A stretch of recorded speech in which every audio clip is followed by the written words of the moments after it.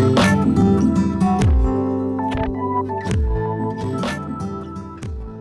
everyone, thanks for the left turn for today, Sunday, July 31st, 2016. I'm George Ferrara. Welcome back to the Jax Left Channel and welcome back to our investigation into Mayor Lenny Curry's proposed budgets, the general budget, as well as upcoming in part 3, I'll be looking at the capital improvements plan and budget, looking at all that hard infrastructure. Here in part 2, I'll be looking at some more things that have caught my eye, clarify some things I talked about with you in part 1, and we'll talk about the sheriff's office, and we're going to talk about neighborhoods, and we're going to talk about parks. And I'm going to rant a little bit, and we're going to have ourselves a good old time right out here on YouTube and Facebook. For those of you who've been coming back to watch, it means a lot to me. This is a public service really that I do annually here on this channel. I've been doing it since 2012. Back on the Legacy channel and here on the Jax Left channel. I've been looking at the budget, proposed budget from the mayor each year. And each year I feel like I'm able to communicate a little bit better and find some interesting things because it's our tax money. And, you know, I see some things that I'd like to see changed. I'm sure that if you take a look at it, you follow along, you'll get with that and understand where we're coming from. When we're talking about you know, what really are the city's priorities? What are we going to do? Where is our money going? Is it going for anything constructive to improve the economy? Or is it just going off for circuses, right? Okay, so how we're going to do it this time is I'm going to just dig right in, right now, right here at my computer. So feel free to relax. Feel free to go pull the budget up. I'll be calling out page numbers and calling attention to some things, clarifying some things, and moving forward what we have to say. And so that's where we're going to go with this one. So I'm excited, and I hope you are too. All right, let's jump right in. Now, one thing I want to call into attention is on page 9 of the general budget. I wanted to talk with you about what we're looking at for total of what is expected to be spent, proposed this year by Mayor Curry. This is again on page 9. $2,192,192,223. Last year's approved general government funds budget was $2,128,819,202. So I've talked also to last time, and I want to provide some clarification on contingencies. The mayor has put aside under contingencies, not emergency contingencies, which is entirely separate, but contingencies, funds for pension and collective bargaining. And I believe there's also, as I come through here taking a look, also federal matching grants. So these are things that are put aside, federal programs, contingency. So this is money that's stashed aside. And something to think about, keep in the back of your mind when we're also looking at the things that's being spent on. So I hope that answered a question from last time. And then also to looking at another thing that had caught my eye, citywide activities. Citywide activities, that was something that I had profiled. You know, this is definitely, you know, a labor of love for all of you to give you information and for me to learn as well what's going on downtown at City Hall. Okay, so I called attention to citywide activities under non-departmental expenditures. Now, these are the things, and I'm going to provide yet another clarification from part 1 because there's something for all of us to think about is where all this bundle stuff is bundled and thrown. But looking at the increase in citywide activities, these are things including that Tax Slayer Bowl event for $350,000. Navy versus Notre Dame, another $350,000. $291,807 for the Jacksonville landing. $150,000 for lobbyist fees, manatee study, all these different things. Okay, all in a ball of wax, right? $446,000 for a city training grant. Debt service on the Haverty building, $1,473,069. So you got everything, also including juvenile justice, which has taken a pretty substantial cut. We talked about that last time. We've got still more money for different things. There's an alcohol rehab program that's being carried forward for another year. And then other incidentals, contract with the zoo, stuff like that. So that's where we're at in that area. And I want to just call attention to what's going on. There's even money set aside to be spent for downtown and for the Transportation Commission. And certainly there's a lot to cover. And so let's move forward. Let's go ahead and talk about the sheriff's office. Now, if there's a big winner in Lenny Curry's budget, if there's a big headline in his proposed budget, it's of course the money that's going to the Jacksonville Sheriff's Office. 80 officers we would be having under this proposal, 40 community service officers and 40 regular JSO officers.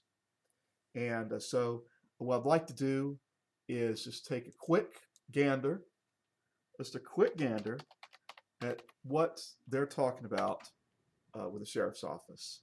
The positions are there, 80 increase from last year is what's proposed. And we have a lot of money that we spent, okay, on the sheriff's office. I mean, when you look at the increase that's being asked for the sheriff's office, it's a 5.5% increase, an increase of $22,102,491. Okay, we're looking at the biggest expense being an increase in the department being in the sheriff's administration area. Okay, also some increase in corrections, a modest increase, you can say, in investigation, homeland security, relatively modest increase in patrol and enforcement. This is on page 277. So I think really we might also to ask about deployment, talk about what do we have our police officers doing. And I do wonder if we are asking appropriately out of our law enforcement services what we want to have. If we're actually truly calling or holding to account whether positions are really needed and where they are compared to where they should be and those kinds of things. So when you look at such a big increase in money, I think it's reasonable to ask those kinds of questions. I want to look at neighborhoods too. That was another big increase. We've talked about this increase back in part 1 for the neighborhoods department, and I want to drill down on that. 30 more positions in the neighborhoods department. Neighborhoods includes animal care and protective services. Now I'm on page 224, quoting from there. The neighborhoods department includes the animal care and protective services, environmental quality, mosquito control, municipal code compliance, and office of director divisions. So what they're looking at specifically at doing is to increase in salary for staff at the Municipal Code Compliance Division within that department. And mostly, though, we're talking about a big increase in the Office of the Director due to city reorganization.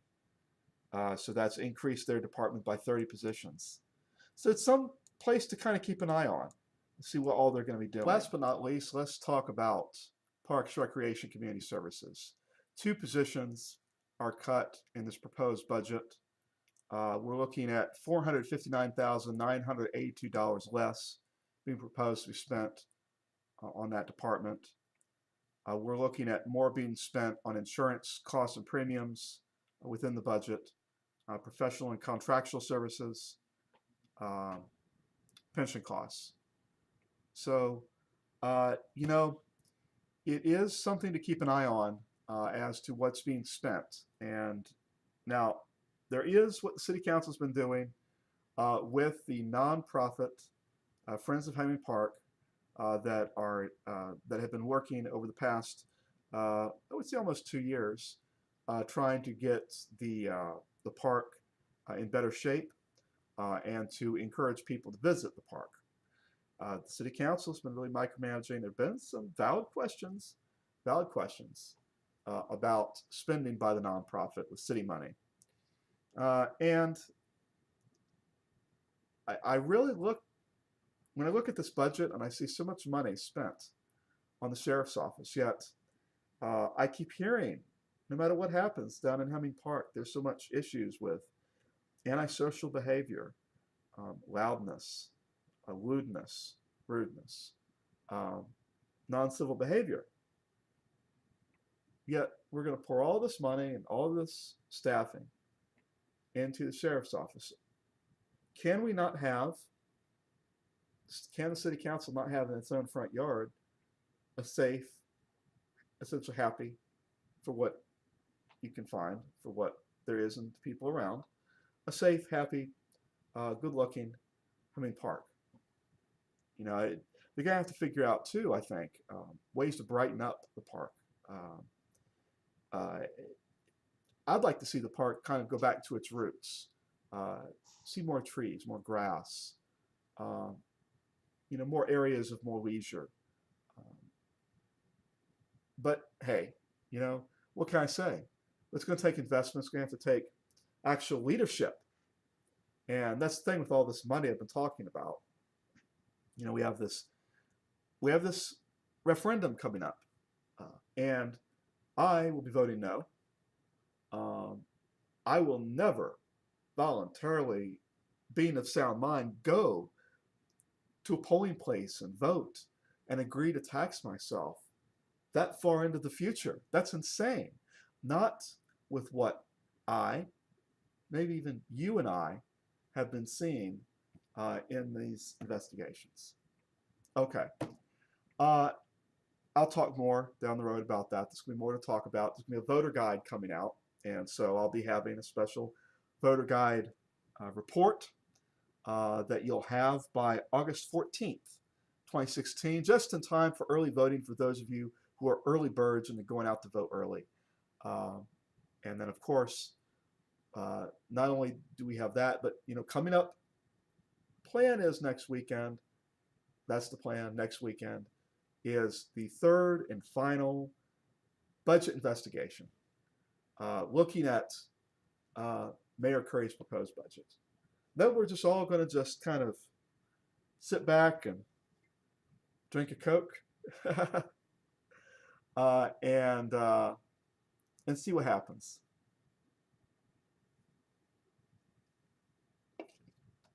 You know, I just would like to see people recognize what really the priorities of the city government should be.